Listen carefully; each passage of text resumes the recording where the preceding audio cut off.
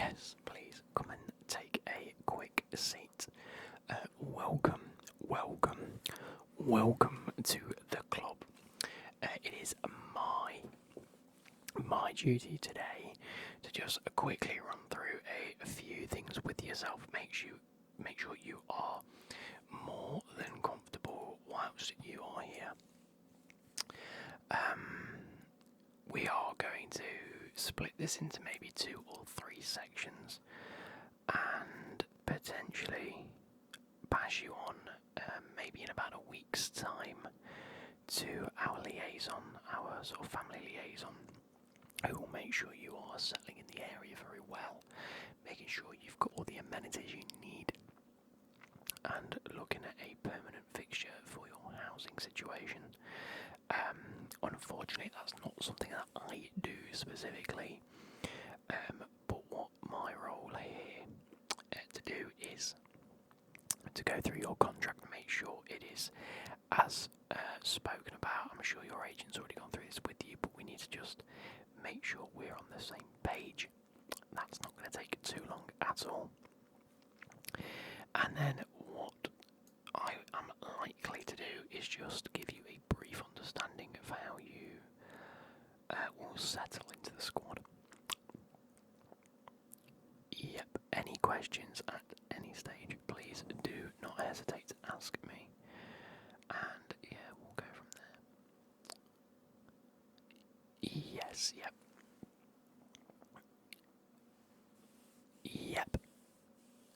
Yeah, we'll go through all of that in just a few seconds' time. So, first and foremost, ironically, I need your name, date of birth, and main contact number, and name of agent, because it is all related to your file at hand in terms of your contract, things like that. So, name, 2 L's, okay. Brilliant, let me just do that. Date of birth. September, like myself, yes. Virgo, yep. I'm not a big believer in star signs and things like that. It's just one of them things that you sort of get to know, as people go on about it. Yeah, contact number.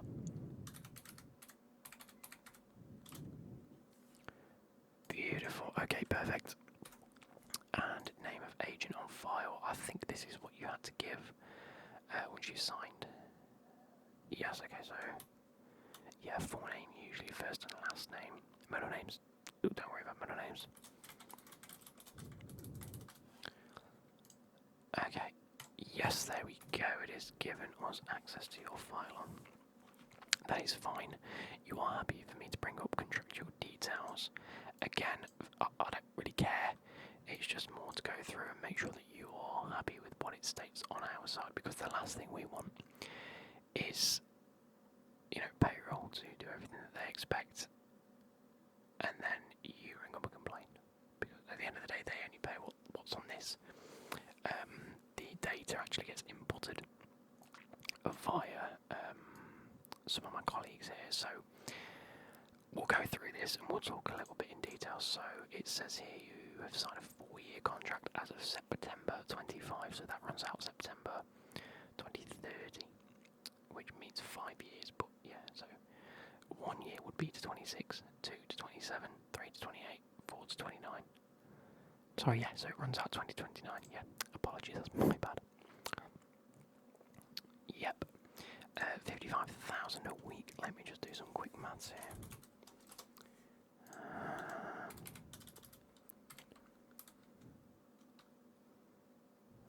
Sorry, 55,000 a week. Per annum is £2.86 million per year, and we'll just take off like 40% tax, just to sort of cover all bases. Average of 1.7 million a year. It'd probably be less than, just because super tax and things like that, but it's not for me to sort of get in the realms of that. If I'm honest, there's plenty. There's not something that yourself needs to worry about in that respect. I mean, the money comes in, you've got plenty of it. Happy days. Yes, you have an accountant. Yeah, brilliant. No worries at all. Is he aware of the updated contract that you've recently signed? No. Well, how's about? So that's a good first stage. Have you got his contact details? What we can do is speak to him on your behalf and just let him know and send the contract over, because ultimately you're going to speak to him. He's going to want a copy of the contract. You're going to have to come to us for a copy of the contract. We might as well just send it for you. Yep, so Mr. Yep. Beautiful. Contact number and email address, please.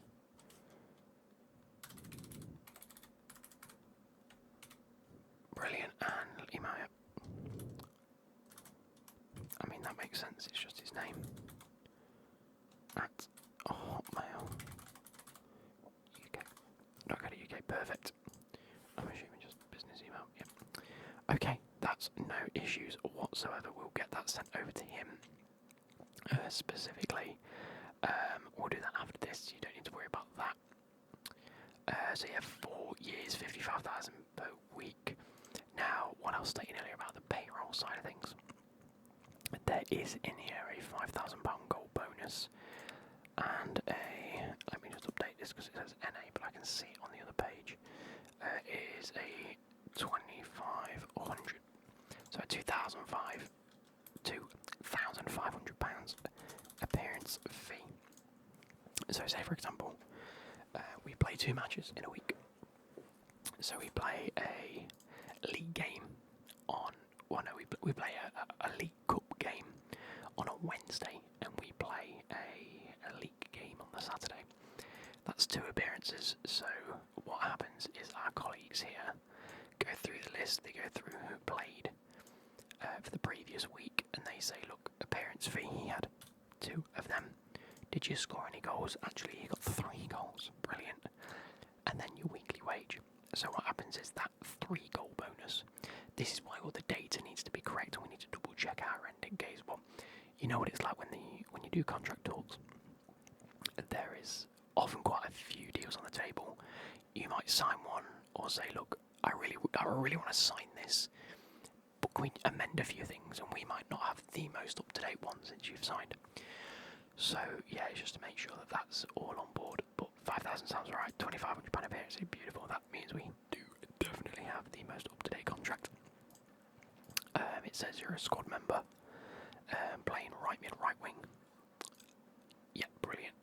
So yeah, like I was saying, so say you scored 3 goals, that's £1,500 plus the 2 appearances at £5,000. That's £20,000 on top of your weekly, so that's 75,000. So actually, in the grand scheme of things, we need to be keeping up to date with this information on a week by week basis. So I should delete them numbers for now, because we don't want to add stuff into the system that isn't true. Okay, let me just take a quick sip. Yeah, you've just caught me after lunch, to be fair. No issues at all. No issues at all. I've just had some corn ribs. Quite salty, so stuck my lips a little bit. Yeah, no worries. Yeah, luckily for the people like me within this industry, we can actually eat what we want. I mean, I like to stay relatively fit and healthy as much as I can. Not as much as you do. You know, we're not on them tight regimes of the diets and things like that. So I do get to indulge every now and again. Right, so the coaches have spoke to me. Obviously, you'll be meeting those in due course. What they want me to do is talk you through the 2 different systems that we are likely to play this season. Obviously, under this manager, often it's the case that the coaches and the managers will go through this themselves. But any new signing, they like a really quick introduction and a quick induction on all of this sort of thing. So if we take the more natural 4-3-3, it is the attacking formation that we've got written down. It is the more likely to be played. Again, I believe that you're here to fit this system specifically, but there are amendments to when you're playing right mid in a 3-4-3. So let's just start with the 4-3-3. That's the main one. That's the one that the team will more than likely set up, unless unless the manager makes any amendments before the games. So when right wing, you will aim to stay in the final third. I wouldn't really come back too much more. Maybe the second third, obviously, if we're defending a corner, things like that. But we'll go into that. But your objective is to stay or start and stay in the final third, especially during attacking phases. You know, you're the front line. You'll have a player between you, and sorry, I said 3-4-3. It's a 3-4-1-2. It's just because this system doesn't have the knack of picking up the different. It's just numbers on a screen, really. So I'll come back to that. But yeah, 4-3-3 is the main attacking one, which is the one we're going through now. So yeah, stay in the final third. Stay tight to the line, so that's the outer lines. So no touch line, throw in lines, them ones. But typically, as progressing forward, you'll tend to cut inside. This will allow for the right back to overlap. As and when that happens, if you're in possession, you need to make a decision on what you're doing. Are you playing it across, or are you allowing the overlap? If you're not in possession and the right back begins to overlap, we're looking for yourself to make runs towards the edge of the box or the edge of the 16. Imagine the corner of the 18-yard box and the corner of the 6-yard box. That's the sort of diagonal movement we are looking for. If you're right wing, that allows either the ball to be played through the overlap and then into where you're making your run, or directly through, where their left back and centre back are going to be, that sort of passing lane. In which case you're making a run sort of towards the goal, but also cutting through that passing lane. So that's what we're sort of aiming for. As long as you get sort of that sort of movement down to a T, and we'll be working on it in the coaching sessions that we'll be putting on over the next couple of weeks. But that's the sort of line that we're looking for. Stay wide. If the right back begins to overlap, never overlap. Start to cut inside. Whether that frees up a bit of space for yourself or the right back remains to be seen. Depends on how the opposition defends, but it does allow the space. When it comes to crossing, if you find yourself on the wing with the ball and you want to play a ball across, low crosses, we don't typically play balls in the air. We're not an attacking threat side. It's not a strength. If anything, it's actually a weakness. It's something that we are lacking. That sort of up front prowess from corners is a different issue because we have taller centre backs. But during like a typical phase of play, we wouldn't be expecting a centre back to be in that position. So low balls, please. Again, this will all be worked on in your coaching sessions. And we aim again towards the opposite side of the 6 yard. So say you're on the edge of the 18, on that corner of the 18 yard, a curling ball low towards that back post, in between sort of the 6 yard and the back post. Brilliant. That's what we expect. Say, for example, the ball goes through for whatever reason, and none of the defenders get it. 9 times out of 10, a winger is going to be there, and or the striker should be there, specifically. Which leads me on to, if the ball is over the other side of the pitch and you find yourself at that sort of 18-yard line corner, as it were, sort of imagine that area of the pitch, and you see the left winger about to put across, dart towards that back post because you know the ball's going to go there. It sounds daft. There's a few teams in the league that do like to switch up how they play, but at any given moment, if the team isn't thinking as a cohesive unit, what I'm trying to say is, it works. We are a little bit one-dimensional at times going forwards, but there are other opportunities that will arise during the game that we expect you to take. Say, for example, you think about crossing it. The defenders think, oh, he's going to cross it and take a step back. You can have a shot. It's not going to kill anyone. It's as simple as that, just play easy football. As long as you're making the movement and as long as you're making the right passes here and there, we shouldn't have any issues. Now, going on to defensive duties, there are a few different things. So, stay in the final third. Again, this is the 90% formation that we typically play throughout the season. So, don't be afraid to just learn this one as your main sort of position and duties. Stay in the final third. Stay in between the left back and centre back. Don't just sit on one of the players, because not only does it free one of the other defenders up to just have a bit more freedom, it means that the person that's marking you knows he's marking you. If you sit in between the left back and the centre back, it adds an air of doubt as to who's marking you. Does the left back come inside and take you, knowing that the right back might overlap? Does the centre back take you, in which case you've just freed up the middleman? He's one-on-one with the defender then. And again, if the other winger's also doing this and both centre backs, are split, you've just left space. So it just makes it a little bit more difficult for the defenders to have something to think about. If we are defending corners, attacking corners, both yourself and the left winger will be on short corner duty. So we have a corner taker. If you have a corner on your side, stay within about 6 to 10 yards of the taker.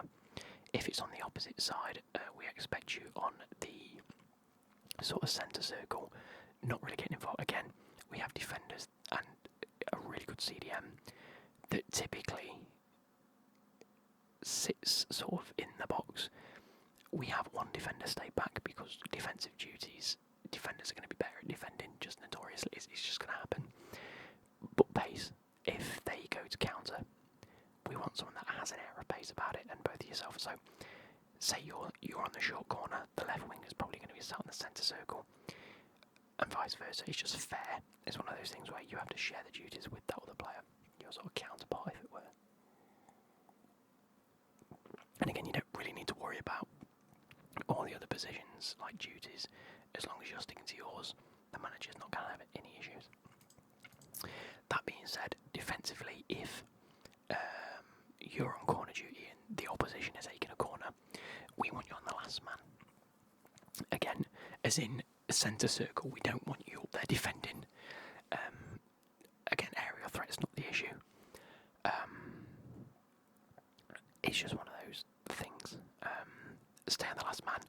Peel off wide. We want you going one way.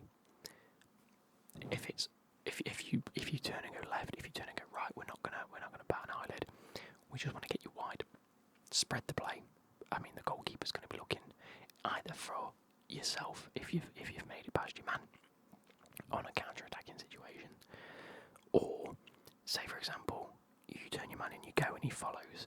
You've just left a space in the middle for the striker and the other winger to run into, in which case the team can make a decision on what to do. And the last bit of defensive duties, we defend from the front. We are a pressing team. Again, fitness and something is something that you were signed for. We have no issues in where we think your level is at the moment. That being said, fitness and conditioning training sessions will still go ahead. It's still good to keep them up. But it's also something that we do so that we can monitor people's levels. If you've ran 5, 6, 7k on a weekend, and then you come in on a Tuesday for a fitness session, we're not going to get you to run 5k. We're maybe going to look to get you running at 2k. We don't want you running miles, putting your body under unnecessary stress. But if you can run a 2k at a certain pace, at a certain sort of like, keeping yourself going, keeping yourself fit, then we're happy. And it just helps keep that level topped up. And of course, Mondays and Sundays, if the game is on a Saturday, are often rest days to just chill out, make sure you're doing your cryotherapy at home and things like that. That's something that we'll speak about next week. So yeah, we press from the front. Make sure that you're always pressing your man on the right. You want to be pressing the right back. Our press trigger, so if you're not aware, a press trigger is sort of like a certain condition that's met during the game that will trigger you and other players pressing. Now the striker, basically if we start this, the press trigger is either opposition wing back. What that means is if the ball is played into any of the wing backs, that is when the trigger is pressed. So you might sit off your man, wait for a pass. We might try and goad them into playing to one of their wing backs. Say for example, their left back, so the man that you're directly opposite, is weaker on the ball, the manager might say to you, look, press trigger the left back. So try and goad the ball into the left back and then we bounce. And what we want to see is, so the striker will always press the centre back that's closer to that wing back. The opposite winger will then press in between the centre back and the wing back that they're with. So I'm trying to think of the example. So again, if the ball is played over to your side, you will press that wing back. Simple as that. You go and press that ball. The striker will press the centre back, which will clear an area. The left winger in this scenario will sit in between the left back and centre back that are free, because either the ball is going to get played across the goal to a centre back or centre back or right back, in which case the striker could bounce, you could force an error, or they can anticipate that and get ahead of the centre back or right back in order to win that ball. If the ball's played back to the goalkeeper, the striker will press. And then hopefully by that point, goalkeepers in this league are just not quite there with the ball at their feet. So again, midfielders will press on at that point and so on and so forth. You'll start to see this in the coaching sessions because this is a big area for us. But again, just know in your head, it's not rocket science. It's not like you have to think about everything all at once. Just know if the ball comes out to a wing back, that's when we press. Conversely, if it goes out to the other wing back, just know that your goal is to sit behind or sit in between your wing back and the centre back. Then if the ball gets played across, go for it. Just put people under pressure. Simple as that. They will cause issues themselves. That is pretty much it for the 4-3-3. Again, not too much to say about it. There's not too many issues there. It's the formation we play 90% of the time. But there is an alternative if we think we are coming up against someone that is not better than us, but will happily match us in our wing play. There are areas that we look at to sort of solidify the centre area of the pitch to try and make a few more things happen. Now, we often play the 3-4-1-2. 3 centre backs, 2 centre mids, a right midfielder, not winger, midfielder, and a left midfielder. We play an attacking midfielder and 2 strikers. Now, these 2 strikers, look, the manager might want you to play at striker just because of your prowess, but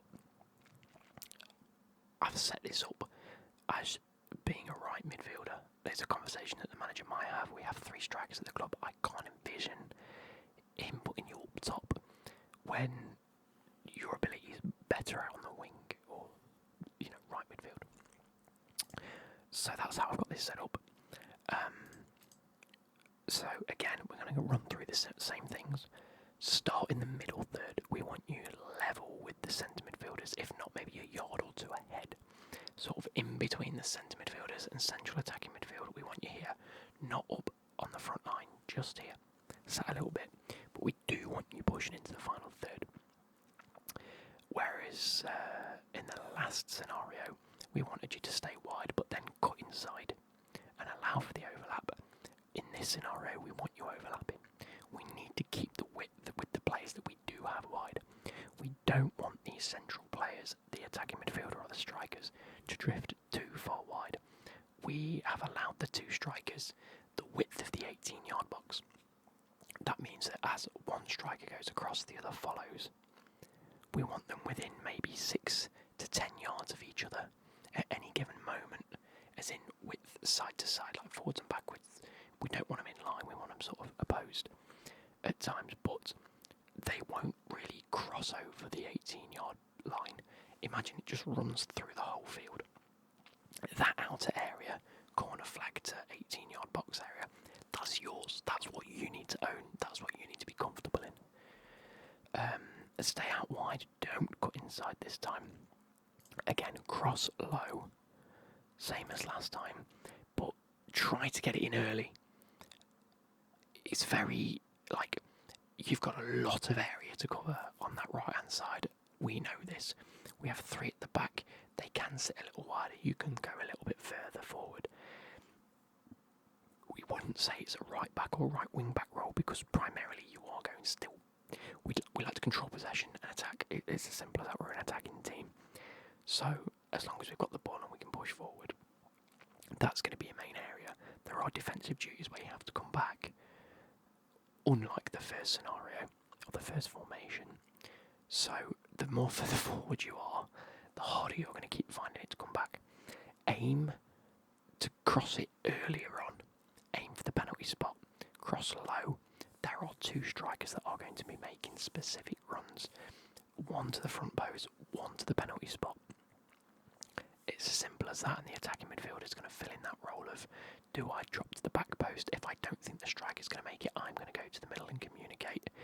That's something that the essential attacking midfielder and the 2 strikers have been working on recently about who goes where in certain scenarios. So don't worry about it. You don't have to worry about it. All you know is that there are 3 players that are going to be making runs. Front post, penalty spot, back post. And as long as them balls are being whipped in nice and low behind the back line, again, if you run past the defender and you just keep going into the byline, these attacking players aren't going to be making the right runs for you to then cross back or back into play or loops over a defender. That's not the runs. They're going to be sat on the last men. You're going to want the ball, play it early behind, whip the ball low early behind the back line, and then runs are going to come in. And eventually, 1 or 2 will take hold and we'll score a few goals.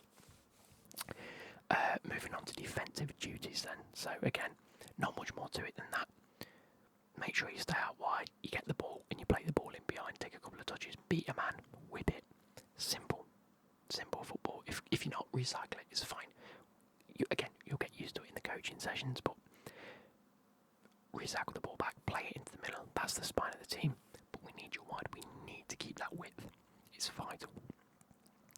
So defensive duties, simple as stay back and fill in at right back. If, for whatever reason, the other team counter-attacks, such as attacks in general, your position is, in theory, at right back.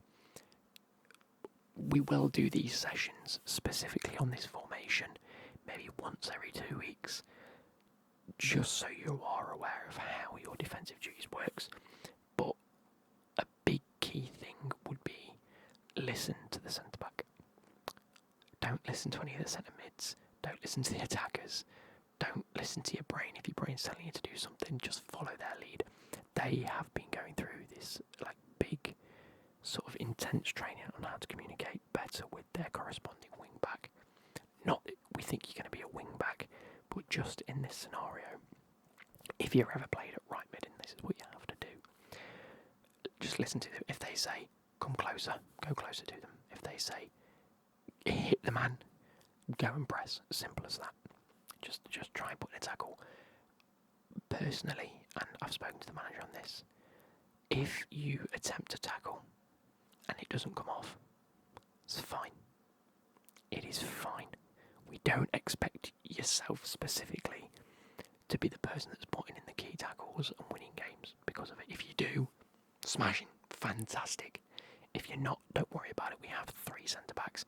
We have a capable CDM that will be playing in this system as centre-mid, but will drop into the back line under these scenarios, which allows the wider centre-backs to sort of drift out a little bit and cover the area, which is why it's important that you do come back, because there are areas of the pitch that are going to be undefended, but it just means that we can be a little bit more solid at the back, a little bit more rigid, and just sort of control where they can and can't go. When it comes to corners then, again, in this scenario, the corners attackingly are exactly the same. If we have our own corner on the right hand side, be the first man, be the short corner option. If it's on the other side, back at the halfway line, it's as simple as that. Nothing changes. If we're defending a corner in this scenario, so if it is on your side of the pitch, so say, if you look at the pitch, on the right hand side where you're playing, if that's where the corner is defendingly, or defensively, you have to mark the short corner.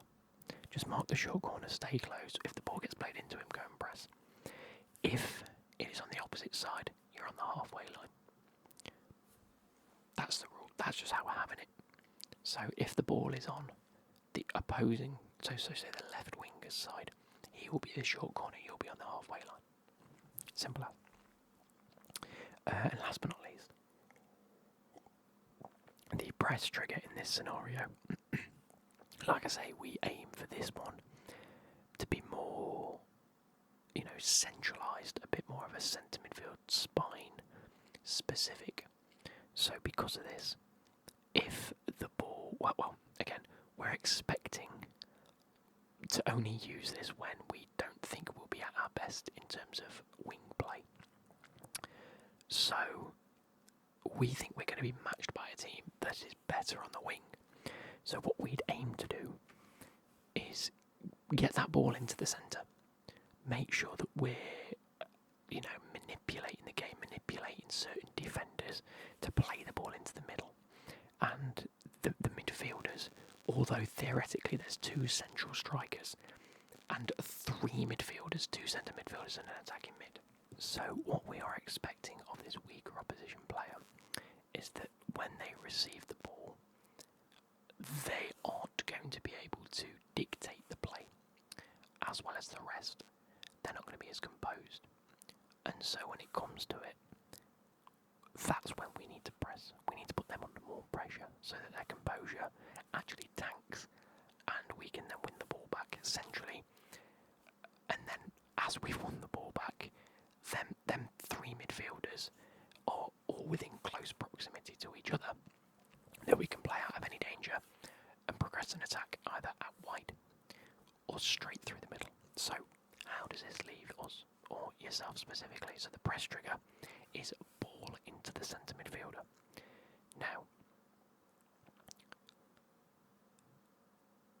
ball into the centre mid will mean one of the midfielders needs to press that.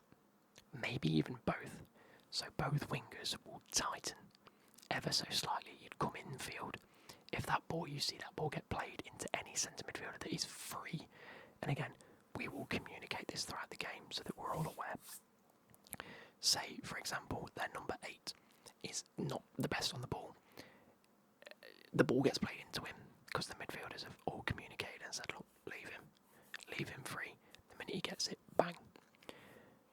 The minute the ball's played in, you will see 2 players go for it. You need to come in and sort of solidify that gap. Like I say, this is a central oriented formation. Oriented or orientated, either way.